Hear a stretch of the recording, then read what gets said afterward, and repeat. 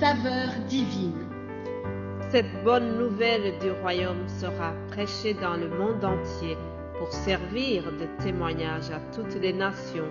Alors viendra la fin. Ce pain céleste vous est présenté par Immaculée Niraneza. Je vous salue très chers amis, vous tous qui écoutez l'émission Saveur divine. Que la paix de notre Seigneur soit avec vous. Bénissons l'Éternel pour le nouveau jour qu'il nous accorde. Je vous propose de commencer notre méditation par la lecture du psaume 28. L'Éternel est ma force et mon bouclier, en lui mon cœur se confie et je suis secouru. J'ai de l'allégresse dans le cœur et je le loue par mes chants. L'Éternel est la force de son peuple, il est le rocher des délivrances de son oint. Alléluia. Je suis vraiment dans la joie quand je lis les paroles de Dieu. Je suis secouru, je suis réconforté quand je puise le secours dans la parole de Dieu. Ce psaume vient de nous rappeler que l'Éternel est notre force, c'est lui notre bouclier, c'est lui qui vient à notre secours.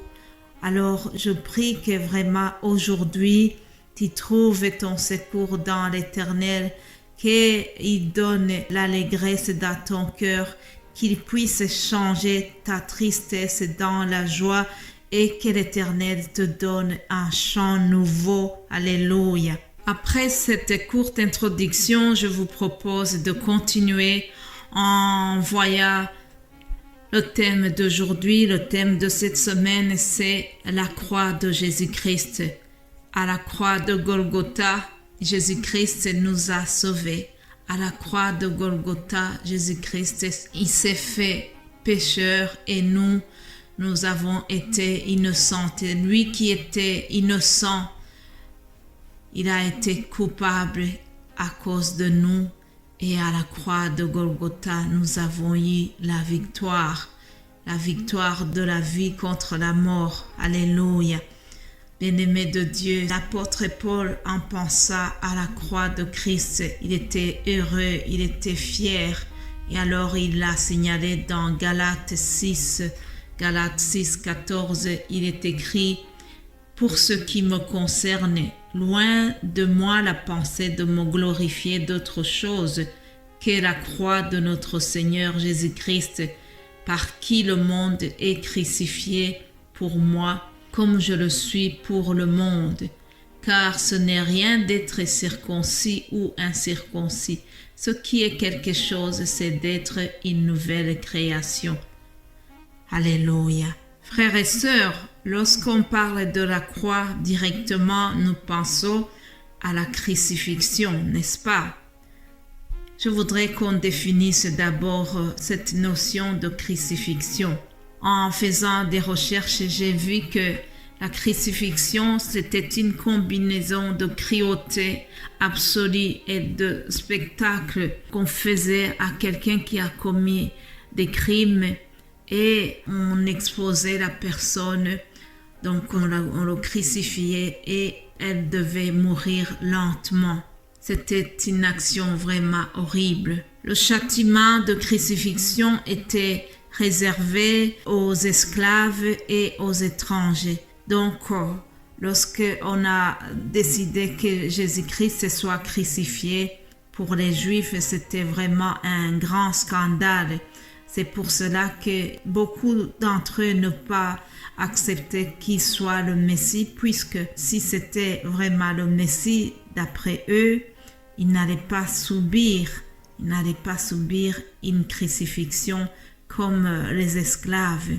En parlant de ces personnes qui ont été choquées par la manière dont a été crucifié Jésus-Christ, l'apôtre Paul dira « La prédication de la croix est une folie pour ceux qui périssent, mais pour nous qui sommes sauvés, elle est une puissance de Dieu. » Et pour revenir à notre verset de la semaine, donc Galates 6, 14, Paul nous apprend qu'il se glorifie d'une chose, il est fier d'une chose, c'est la croix de notre Seigneur Jésus-Christ. Au verset 13, il a dit « Car les circoncis eux-mêmes n'observent point la loi, mais ils veulent que vous soyez circoncis pour se glorifier dans votre chair. » En disant qu'il se glorifie de la croix de Christ, Paul voulait s'opposer justement à ceux qui se glorifiaient de la loi de Moïse.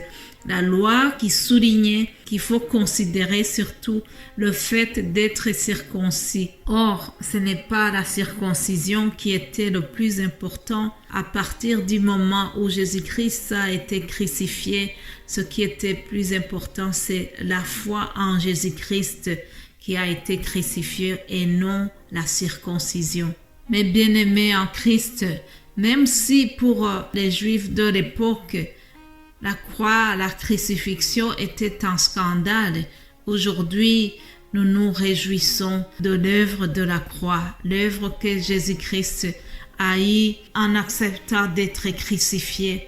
Vraiment, ça nous a donné de la victoire. Aujourd'hui, mon frère, ma sœur, soyons fiers. Comme l'apôtre Paul l'a dit, nous devons aussi nous glorifier de la croix de Jésus-Christ. Pourquoi est-ce que devons-nous nous réjouir de la croix? C'est parce que à la croix, la vie a remporté à la mort.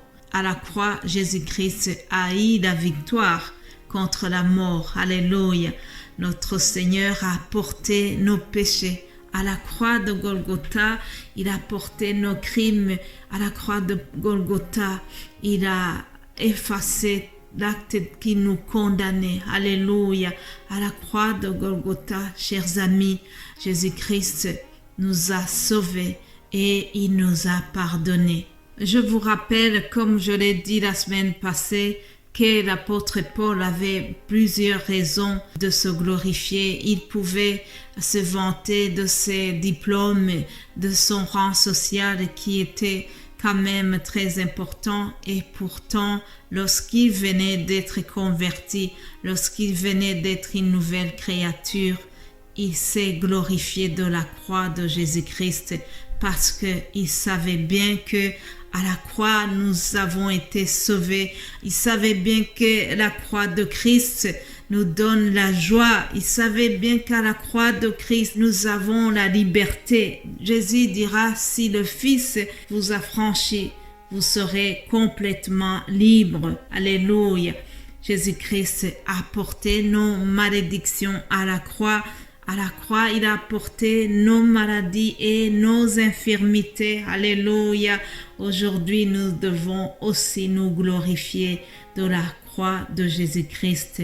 Je vais terminer par le refrain d'un cantique qui dit « Cette croix me sera toujours chère et les gloires et victoires pour moi. Et par elle, en la maison du Père, la couronne est offerte à ma foi. » Mes bien-aimés de Christ, la croix de Jésus est très chère. Elle nous sera, elle restera toujours très chère pour nous.